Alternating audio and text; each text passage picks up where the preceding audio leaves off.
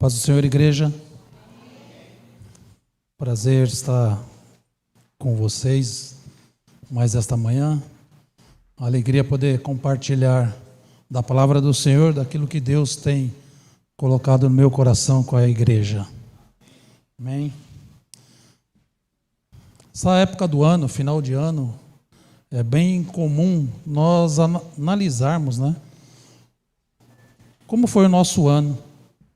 Nós vermos como nós começamos, o que a gente gostaria de conquistar nesse ano que está terminando, da onde saímos, aonde chegamos. Isso é normal, né? De fazer planos para o ano que se aproxima, para o próximo ano. Mas em todos os nossos planos, em todos os nossos projetos, em todos os nossos objetivos, uma coisa como cristão nós não podemos abrir mão, que é de buscar uma vida reta, uma vida íntegra diante do Senhor nosso Deus. Essa tem que ser uma meta diária para a nossa vida, buscar agradar a Deus, buscar fazer a vontade do Senhor. E a palavra que eu vou compartilhar hoje com os irmãos, ela mostra um rei finalizando o seu reinado. E ali ele dando um conselho para o seu filho que iria sucedê-lo no trono. Como rei, ele poderia deixar várias coisas para o seu filho. Ele poderia deixar tesouros, riquezas materiais, ele poderia deixar honras para o seu filho. Mas, ao invés disso, como ele era um rei segundo o coração de Deus, ele preferiu deixar um conselho para o seu filho através de uma oração. Meus irmãos, nós podemos querer deixar várias coisas para os nossos filhos, muitas riquezas, mas o principal ensino que nós temos para transmitir para os nossos filhos é uma vida íntegra e sincera com Deus. Quero compartilhar com vocês essa passagem que está em 1 Crônicas 29, 19. Esse versículo é uma parte da oração de Davi, onde ele pede para que seu filho Salomão tenha um coração perfeito para obedecer a Deus e assim construir o templo. Pastor Gustavo, essa semana vai me mandar uma mensagem perguntando o título da mensagem. Já vou adiantar aqui, pastor. O legado de um coração perfeito. É o título dessa mensagem, amém? Então vamos lá, 1 Crônicas 29, o verso é o 19. Diz assim a palavra do Senhor: E dá ao meu filho Salomão um coração íntegro para obedecer aos teus mandamentos, aos teus preceitos e aos teus decretos, a fim de construir esse templo para o qual fiz os preparativos necessários. Até aqui a palavra de Deus, amém? Qual o contexto dessa passagem? Davi, ele preparou uma vasta riqueza e tesouros para a construção do templo. Mas ele mesmo não poderia construir o templo, porque Deus queria que Salomão construísse aquele templo. Foi uma ordem do Senhor para que o templo fosse construído por Salomão. Mas Davi preparou tudo para a construção do templo. Nós temos que entender que tudo o que nós somos, tudo o que nós temos, vem de Deus. E Davi tinha essa consciência de toda a riqueza que ele acumulou e toda a riqueza que ele ofereceu para a construção do templo, vieram da mão do Senhor. Davi, nessa passagem de 1 Crônicas 29, ele declara que riqueza e honra vem de Deus. Ele reconhece isso na vida dele. Ele reconhece que nós somos apenas mordomos do Senhor. Nós, meus irmãos, somos mordomos de Deus. Nós temos que saber que aquilo que nós conseguimos, aquilo que nós adquirimos, não é porque nós somos melhores ou porque nós somos merecedores. Não, é porque a graça de Deus e o amor do Senhor é em nossas vidas, amém? Então tudo o que somos vem de quem? Vem do Senhor. Tudo o que somos, tudo o que temos é pela graça e pelo amor de Deus. Mas é claro que nós temos que fazer a nossa parte. Davi nos ensina que em primeiro lugar está o Senhor. Vejam só, Davi, quando ele foi ungido rei, ele tinha a unção e a promessa de Deus para ser rei, não tinha? Josué, quando Deus o chamou, Deus fez uma promessa para Josué de que ele ia possuir a terra prometida. Mas em contrapartida, quantas guerras, quantas lutas, tanto Davi quanto Josué tiveram que enfrentar? Quantas vitórias eles tiveram que alcançar? Assim é comigo e com você. Você tem uma promessa de Deus? Tem? Quem aqui tem uma promessa de Deus? Mas você tem que batalhar, meu irmão. Nós temos que fazer a nossa parte, nós temos que guerrear. Aí eu te pergunto, quais têm sido suas guerras? Quais lutas que você tem enfrentado? Muitas vezes a nossa luta é conosco mesmo, a nossa luta é interior, é ou não é? Muitas vezes é, porque nós queremos fazer a nossa vontade, mas nós temos que negar a nossa carne, nós temos que colocar a vontade e o amor pelo Senhor à nossa frente, amém? Deus então nos faz promessas, mas para tomarmos posse nós temos que enfrentar os gigantes, nós temos que enfrentar as batalhas, nós não podemos nos acomodar, nós não podemos nos fechar achando que, Deus fez a promessa, então ela vai ser cumprida. Não, nós temos que fazer a nossa parte, nós temos que cooperar com o Senhor para fazer a nossa parte. Mas anime-se, meu irmão, anime-se, porque essa peleja tua também é de Deus, Ele está na tua peleja. Amém? Deus é contigo. Deus, Ele nos orienta, Deus, Ele nos capacita, Deus, Ele nos mostra o caminho a seguir. É assim ou não é? Quando nós buscamos a Ele como? De todo o nosso coração. Nós precisamos ter fé e disposição para fazer tudo conforme a vontade dEle e não a nossa. A oração de Davi, durante aquele momento de dedicação e de louvor que Davi estava passando o trono para o seu filho, ele faz uma oração específica para Salomão, uma oração profunda. Ele não pede riquezas, poder ou um reinado longo, mas ele pede uma coisa mais valiosa, que Salomão tenha um coração íntegro com o Senhor. E esse é um grande exemplo que esse texto nos ensina. Ter um coração íntegro diante de Deus é se voltar para o Senhor. E essa é a melhor escolha que nós podemos fazer nas nossas vidas. Muitas vezes nós buscamos tantas coisas, não é? Nós buscamos possuir mais e mais, acumular riqueza, acumular poder. Nós queremos glória para nós mesmos, mas nós esquecemos que a maior riqueza é de se apresentar diante de Deus com um coração íntegro e sincero. Porque, meu irmão, você pode enganar quem quer que seja, até mesmo você, mas você não consegue enganar a Deus. Deus conhece o íntimo do seu ser, Deus conhece as intenções do meu e do teu coração. Ele está vendo, Ele sabe aquilo que nos move, aquilo que nos motiva.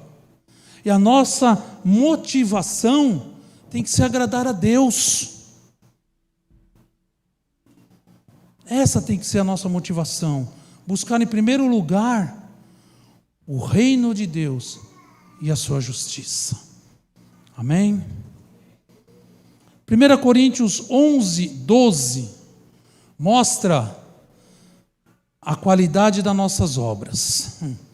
que as nossas obras vão passar pelo fogo. Qual é o alicerce onde nós construímos? O alicerce da nossa construção tem que ser Cristo. Cristo é a base de toda a nossa construção, de toda a nossa vida. Porque um dia nos apresentaremos diante do Senhor, e ali as nossas obras passarão pelo fogo. O que for passageiro, o que for palha, vai ser queimado. Mas as nossas obras, que forem como pedras preciosas, como ouro, resistirão ao fogo, e nós receberemos galardão por isso. A verdadeira preparação para a obra de Deus não é primeiramente material, não é material, primordialmente material. A verdadeira preparação para a obra de Deus é espiritual, é um coração perfeito e obediente a Deus. Um coração voltado ao Senhor, que se alegra com a presença dEle, que sente a presença dEle, que se deixa envolver pelo Espírito Santo. Há quanto tempo você não se deixa envolver pelo Espírito Santo? Há quanto tempo você não sente essa presença do Espírito Santo? Há quanto tempo o teu coração não arde com a presença dEle? Há quanto tempo você não chora na presença do Senhor? Há quanto tempo você não busca a Deus com o teu coração ardendo pela presença dEle? O Espírito Santo está dentro de você, meu irmão. Se você já o recebeu como Senhor e Salvador, Ele está dentro de você. Mas muitas vezes Ele está adormecido porque nós não provocamos Ele, porque nós não enchemos Ele, porque nós não buscamos a vontade dEle. Nós temos que fazer com que o Espírito Santo flua dentro de nós e de nós para o mundo.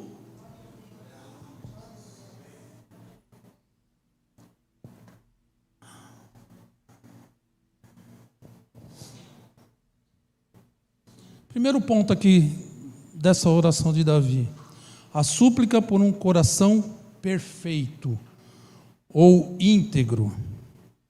Na Bíblia, a definição de perfeito não significa sem pecado, sabiam? Mas sim completo, íntegro, sem qualquer divisão, totalmente devotado a Deus.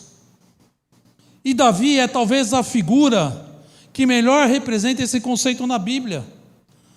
Davi cometeu erros, pecou, é ou não é? E a Bíblia não esconde isso. Mas apesar de não ser perfeito e ter cometido vários erros, o coração de Davi era dedicado a Deus.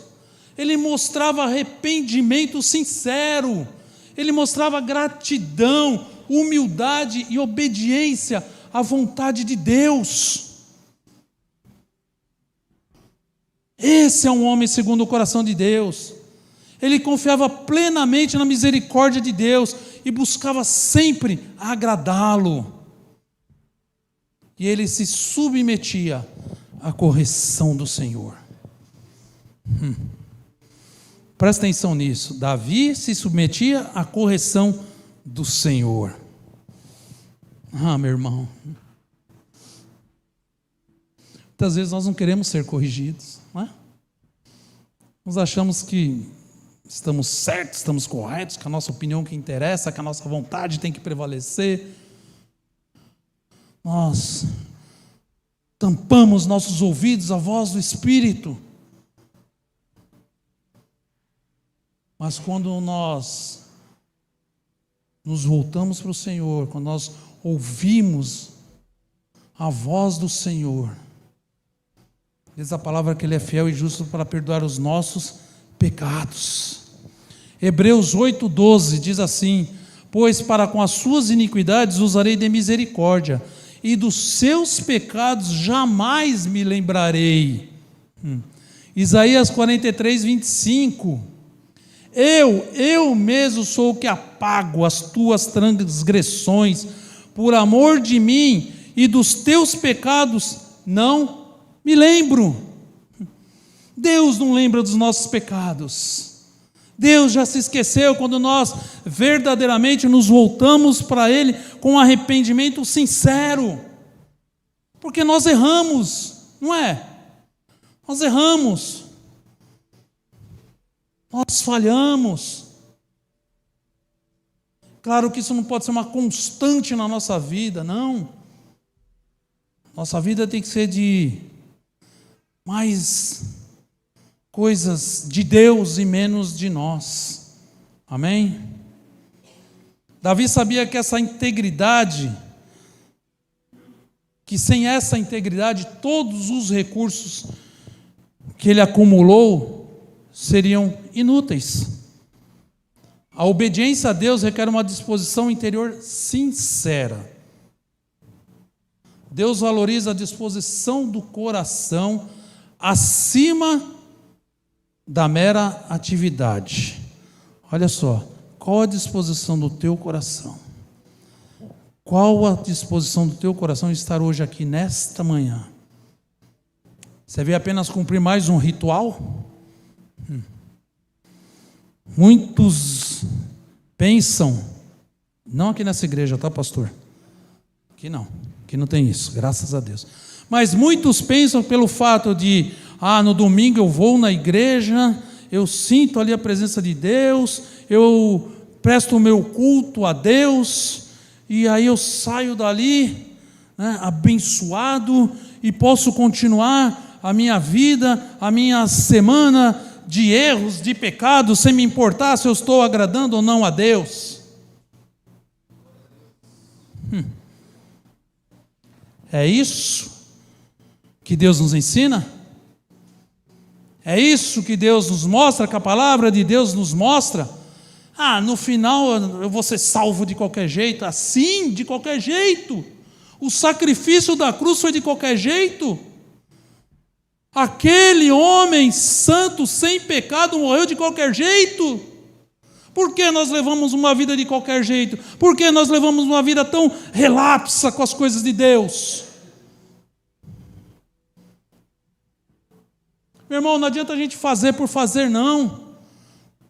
Porque Deus conhece o nosso interior, nós temos que fazer o nosso melhor para Deus. Aqui na igreja, mas principalmente lá fora. É lá fora.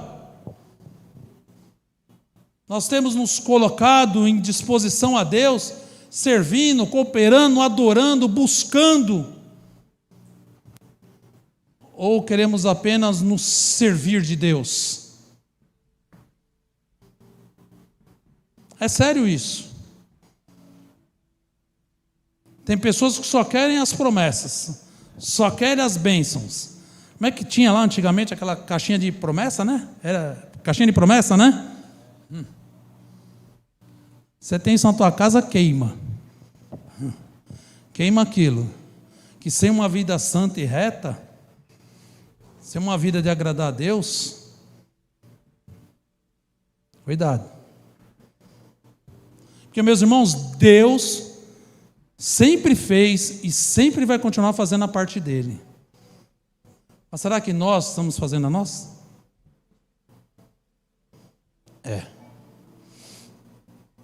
O propósito de um coração perfeito: obediência e ação. Para guardar os teus mandamentos, oração de Davi. O coração íntegro se manifesta na obediência prática aos preceitos divinos. A fé sem obras é morta. É morta. E para fazer todas essas coisas e para edificar o palácio, a oração de Davi. A obediência de Salomão era o pré-requisito para cumprir o propósito divino de construir o templo. Então, a devoção, a entrega a Deus nos capacita a cumprir a nossa vocação e o nosso propósito. Deus, Ele nos equipa com força, orientação para realizar a vontade dEle. Para isso, nós temos que buscar o Senhor. Para isso, nós temos...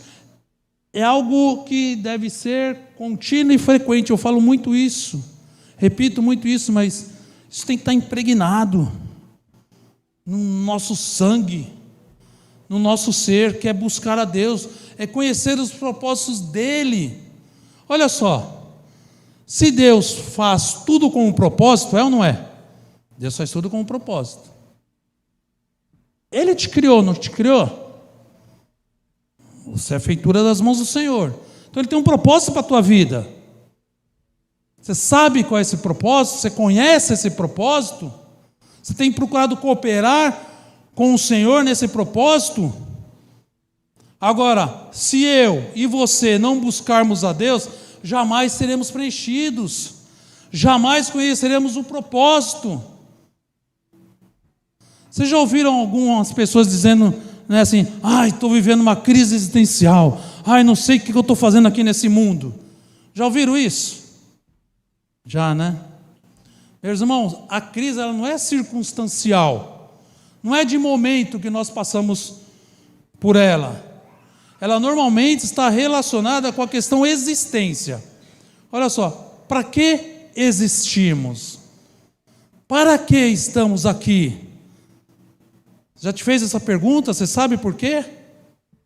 Se nós fomos criados para buscar a Deus e não estamos cumprindo esse propósito de buscar a Deus e conhecer quais são os projetos, os planos, os propósitos de Deus para a nossa vida, nós jamais seremos cheios. Simples assim. Se Ele criou, Ele tem algo com você. Mas você só vai conhecer esse algo, Deus só vai revelar esse algo quando você o buscar de todo o teu coração. Atos 4:13. Olha que linda essa passagem, olha isso. Vamos lá. Diz assim: vendo a coragem de Pedro e de João, e percebendo que eram homens comuns e sem instrução, ficaram admirados. E o quê? Reconheceram que eles haviam estado com Jesus. Olha só, o povo reconheceu que aqueles dois estiveram com Jesus, que eles andaram com Jesus, que eles pregavam a mesma mensagem de Jesus, que eles falavam a mesma linguagem de Jesus, que eles carregavam a mesma unção de Jesus, que eles operavam os mesmos milagres de Jesus. As pessoas olham e dizem: essa é a turma que anda com Ele, convive com Ele, a ponto de ser afetada por Jesus.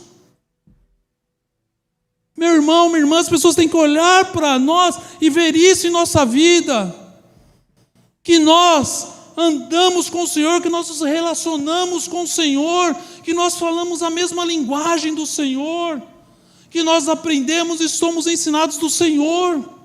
As pessoas têm que olhar para nós e ver algo diferente. Pastor Ângela já deu exemplo aqui do supermercado. Nossa, mas você tem uma coisa diferente. Temos o Espírito Santo. Esse Espírito quer contagiar as pessoas ao nosso redor. Meus irmãos, olha só isso aqui. Ou nós vamos transbordar, assim como a pastora Ângela aquele dia estava transbordando, e não só aquele dia, né? A gente conhece o testemunho da nossa pastora, né? A vida dela. Nós vamos transbordar o resultado de estarmos com Jesus, ou nós vamos transbordar algo do mundo. O que nós estamos transbordando? O que as pessoas que se relacionam conosco veem em nós? Eu não quero nem saber o que pensam a meu respeito. Não é assim. Você carrega dentro de você, está aqui, ó.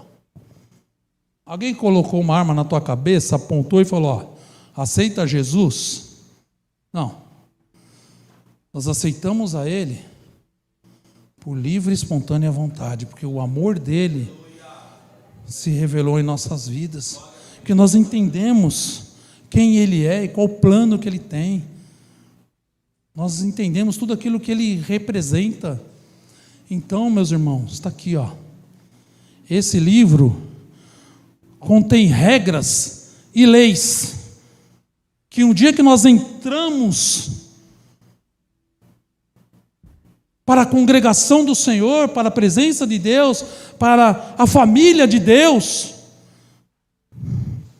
nós temos que obedecer. É ou não é? Nós temos que obedecer. Estar com Jesus é a chave para aprender dele, para conhecer dele, e para dessa forma nós podermos transbordar e poder influenciar aqueles que nos rodeiam. Amém? Dá um exemplo para vocês aqui, olha essa situação. Isso aí acontece todo momento, tá? Acho que não é só comigo não. Acontece. É fácil eu vir aqui e falar assim para vocês: não olha para mim, olha para Jesus. Fácil, né? Estou tirando a minha responsabilidade, estou tirando, né? Meu corpo fora, estou falando, olha só para Jesus, não olha para o pastor não. Está certo isso? Tá, não. Não é assim. Tenho que vir aqui e aonde eu estiver, falar, olhe para mim. Porque eu tenho que refletir, eu tenho que ser um espelho de Jesus, da palavra do Senhor. As pessoas têm que olhar para mim e ver algo diferente, que eu não sou desse mundo. As pessoas têm que olhar para você e ver algo diferente.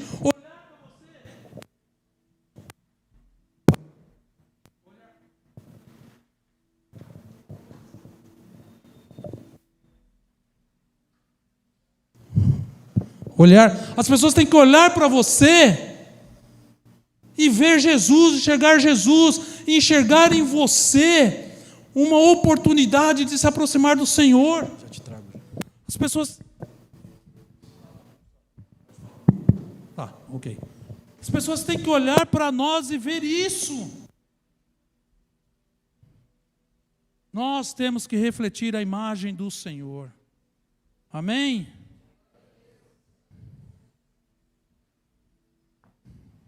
Aí essa semana, né, o Wagner Karnal quis discutir com um cara no trânsito. Está lá esperando uma vaga para estacionar, dando seta. Aí vem aquelas pessoas, né, parece que não está vendo nada, ou se faz, né, de tonto, e entrou na minha vaga. Eu buzinei. Cara lá. Mas, irmãos... vontade é ir lá e dar uns petelecos no camarada, né? Só um tempão esperando a vaga. Ainda mais essa época do ano parece que está tudo cheio, né? O povo parece doido essa época do ano, não é? Nossa, o trânsito, uma coisa maluca. Aí, irmãos, às vezes, espera 10 segundos, 30 segundos. Espera um pouquinho. Respira, conta até 3. Sai uma outra vaga melhor que aquela, do lado. Aí fui lá, parei o carro. Aí o cara do outro carro vinha descendo. Ia passar na minha frente. Aí desci, falei, o senhor me desculpe e tal. Eu estava esperando a vaga, o senhor entrou. Aí eu buzinei, mas o senhor me desculpe, peço perdão e tal, né? Falei, não, tudo bem e tal. Aí estendi a mão para ele, abençoei ele. Tem que ser assim. Às vezes você precisa contar até 3. Conta até 3. Espera. Que aí Jesus vem, Ele te toca. Naquele ambiente de raiva, de ira, Jesus te visita, né? Aí Jesus te dá paz e faz você enxergar, né, a Ele. Meus irmãos, isso é o Evangelho. Isso é o Evangelho. Pedro e João disseram para o paralítico: olha para nós. O paralítico olhou e saltou.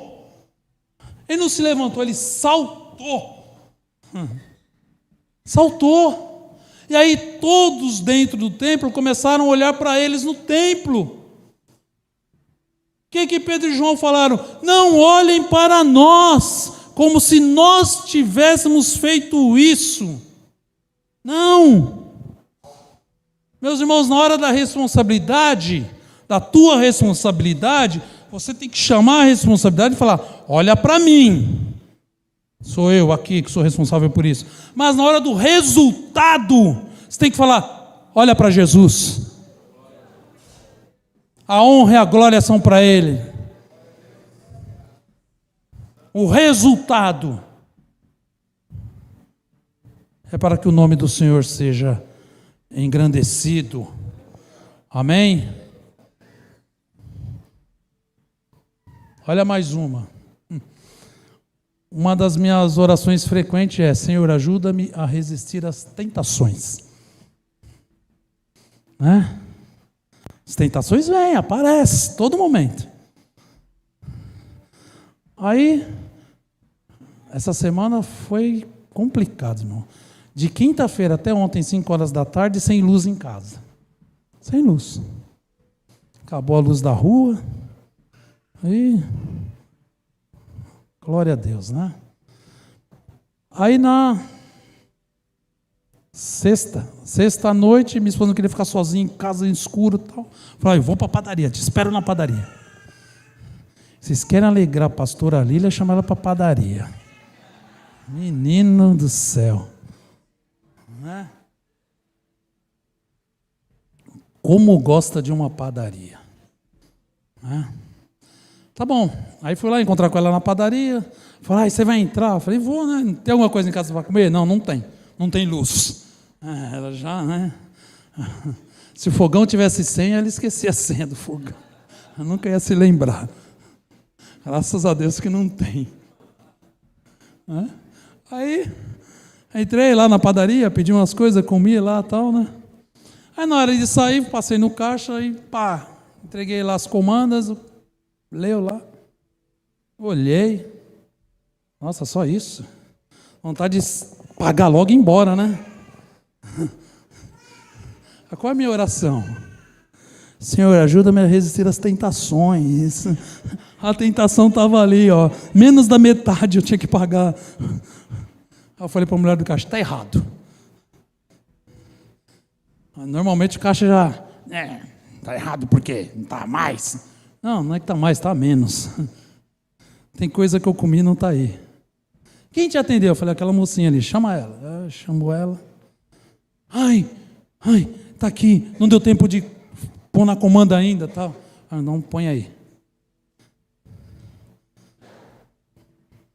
Sabia que muitas vezes Deus vai te dar oportunidade de você mesmo ser a resposta das tuas próprias orações?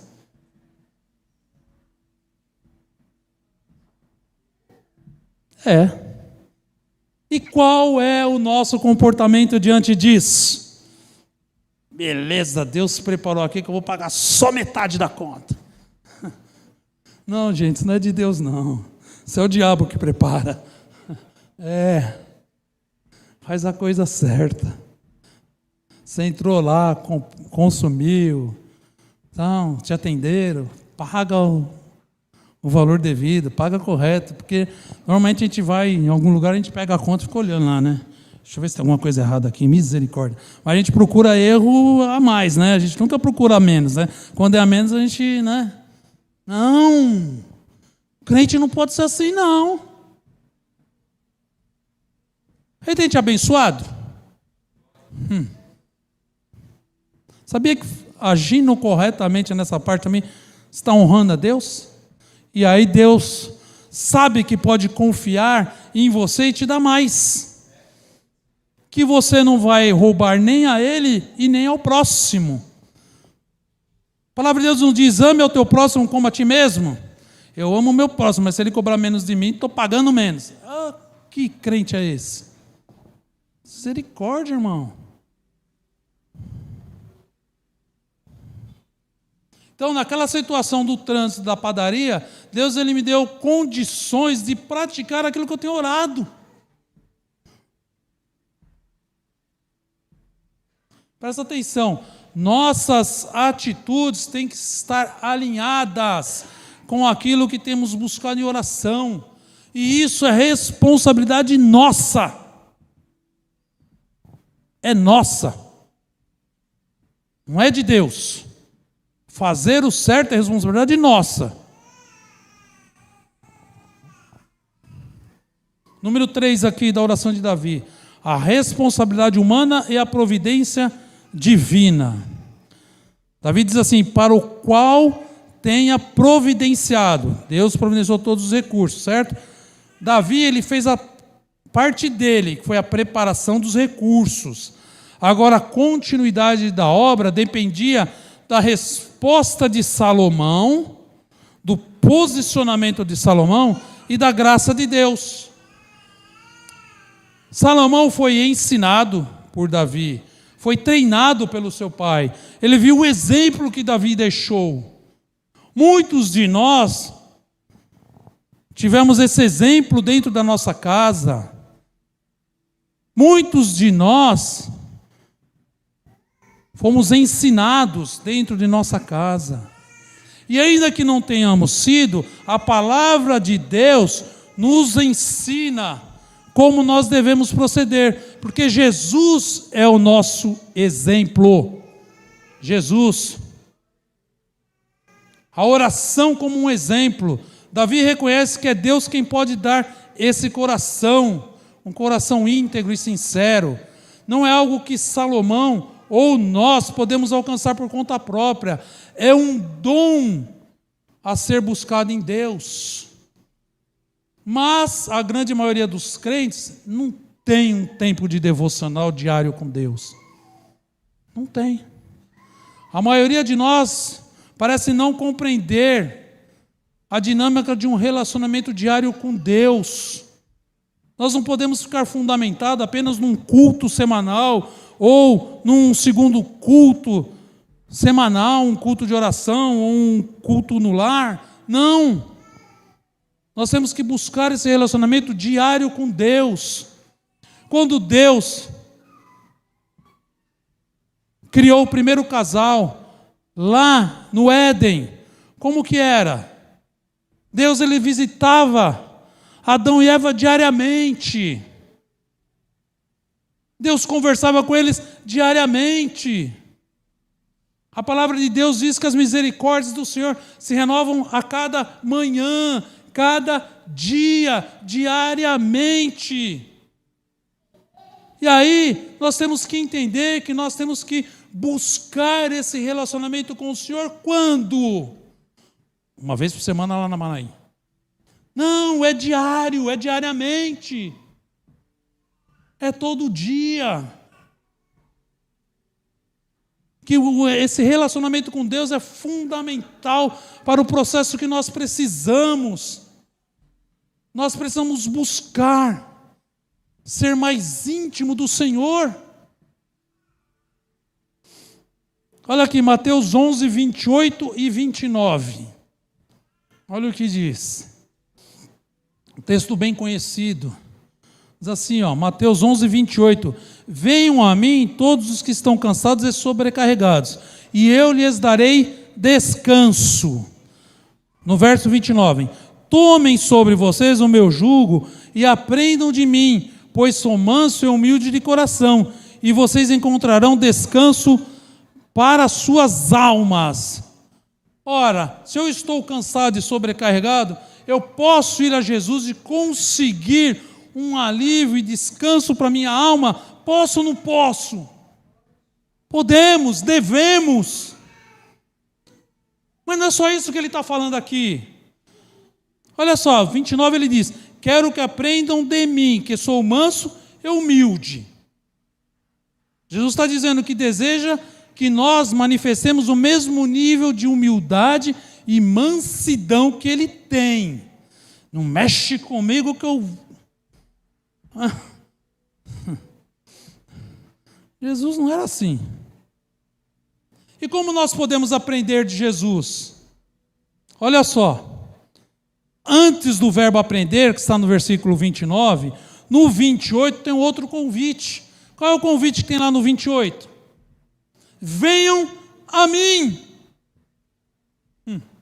Para aprender de Jesus, precisamos de proximidade, de contato, de relacionamento. Precisamos ir a Jesus. Ir a Jesus. Não temos que esperar Jesus vir a nós. Nós temos que ir a Jesus. Entenderam? Nós devemos nos programar, nos planejar e agir para buscar ao Senhor, para estar aos pés do Senhor. Sei que se nossa vida é corrida, a gente tem um monte de tarefa, um monte de afazeres, mas nós não podemos negligenciar o nosso relacionamento com o Senhor. Que é isso que não vai nos fazer crescer, é isso que vai nos fazer compreender a vontade dEle.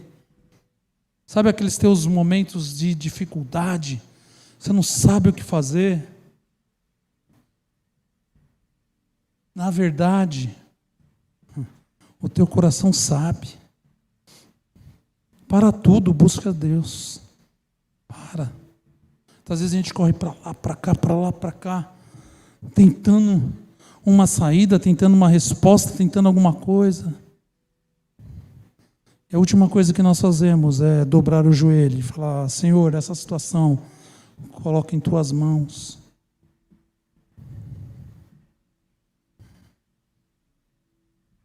Amém? Lembre-se que nossa vida é como semente. Todo momento nós estamos semeando. Não é? Todo momento. Nós estamos preparando um terreno e jogando semente. Não é? E essas sementes frutificam, dão frutos. Não é? Mas você sabia que não existe nenhuma semente neutra? Não existe semente que não vai dar fruto. Se a terra é boa, ela vai dar fruto. Agora, quais são as sementes que nós temos semeados no terreno da nossa vida? Nós temos semeado sementes de bênção ou de maldição? Porque não se engane, daquilo que você semear é o que você vai colher. É. Gálatas 5, 22 e 23. Diz sobre o fruto do Espírito. Passagem muito conhecida, mas que muitas vezes nós esquecemos, nós não nos lembramos. Diz assim, entretanto, o fruto do Espírito, é fruto, tá, irmãos? Não são frutos. Fruto. É o quê? Amor, alegria, paz, paciência, amabilidade, bondade, fidelidade. Continua, mansidão e domínio próprio. Contra essas coisas não há lei. Então o mundo tem que ver em nós as qualidades do fruto do Espírito. Se temos o Espírito dentro de nós, esse Espírito quer dar frutos. Quais são as sementes que nós temos semeado? Já estou encerrando, tá, meus irmãos? Agora eu chego aqui e quero chamar a atenção de vocês para um dos versículos que, na minha opinião, é um dos mais lindos sobre Davi e Salomão. Ele expressa aqui tudo o que vem a ser Deus. Está lá em 2 Samuel 12, 24. Olha só o que diz. 2 Samuel 12, 24. Depois Davi consolou Batseba. Por quê? Porque o filho do adultério, o fruto do adultério estava morto. Que foi o primeiro filho entre Davi e Batseba. E deitou-se com ela, e ela teve um menino, a quem Davi deu o nome de Salomão. E olha aí o que diz. Olha isso, o Senhor o amou.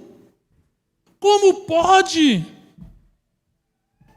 Davi tinha cometido um assassinato, tinha cometido adultério, o fruto do adultério está morto. Aí ele se casa com Batseba, ela engravida novamente. E aí diz a palavra que Deus amou aquela criança. Gente, olha que Deus é esse? Um fruto de um relacionamento que começou todo errado, começou no pecado. Mas Davi compreendeu. Quando o profeta Natã foi adverti-lo, quando o profeta Natã encostou ele na parede. Mas muitas vezes, meus irmãos, nós estamos errados, Deus nos encosta na parede e nós não assumimos. Nós continuamos achando desculpinha para o Senhor. Deus não quer a nossa desculpinha, Deus quer o nosso arrependimento.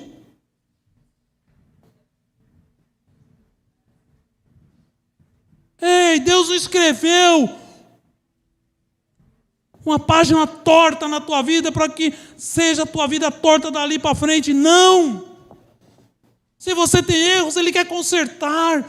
Busca a Deus que Ele quer consertar, Ele quer restaurar, Ele quer transformar, Ele quer limpar, Ele quer te dar uma nova oportunidade. Pare de ficar preso no passado, pare de ficar dando ouvido a Satanás que fica te acusando. Se arrependa, seja profundo com Deus. O amor de Deus é algo até difícil de explicar com palavras. Mas tenha certeza que você vai experimentar esse amor milhares e milhares de vezes na tua vida. Você vai viver esse amor de Deus. A plenitude de Deus. Porque o amor de Deus é incondicional. O amor de Deus é extravagante. É incomparável. E aí eu quero encerrar. Quero encerrar com a palavra de Salomão. Salomão teve uma vida com Deus, teve erros, teve um monte, vários. Ele aprendeu aqui como ter uma vida íntegra. Davi orou por ele. Mas Salomão muitas vezes deixou-se encantar pelas coisas do mundo. Mas, no final da vida, ele volta-se para Deus. E aí ele escreve o livro do pregador. E aí lá no finalzinho, no capítulo 12, verso 13, ele diz assim, põe aí para nós a tela. Eclesiastes 12, 13.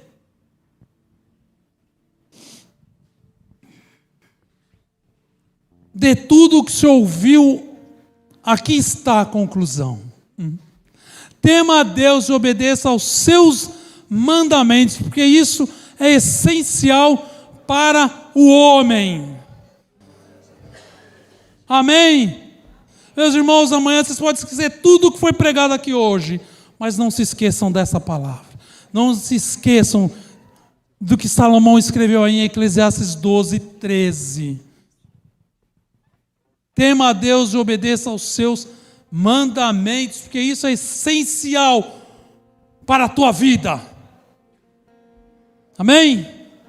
Que Deus nos ajude a termos uma vida íntegra, uma vida sincera, uma vida correta com Deus. E que nós possamos levar adiante essa vida, ensinar aos mais jovens, aqueles que ainda não conhecem, aqueles que ainda não se entregaram a Jesus, os benefícios de ter uma vida íntegra e sincera com o Senhor. Que Deus nos ajude. Amém? Deus abençoe, meus irmãos.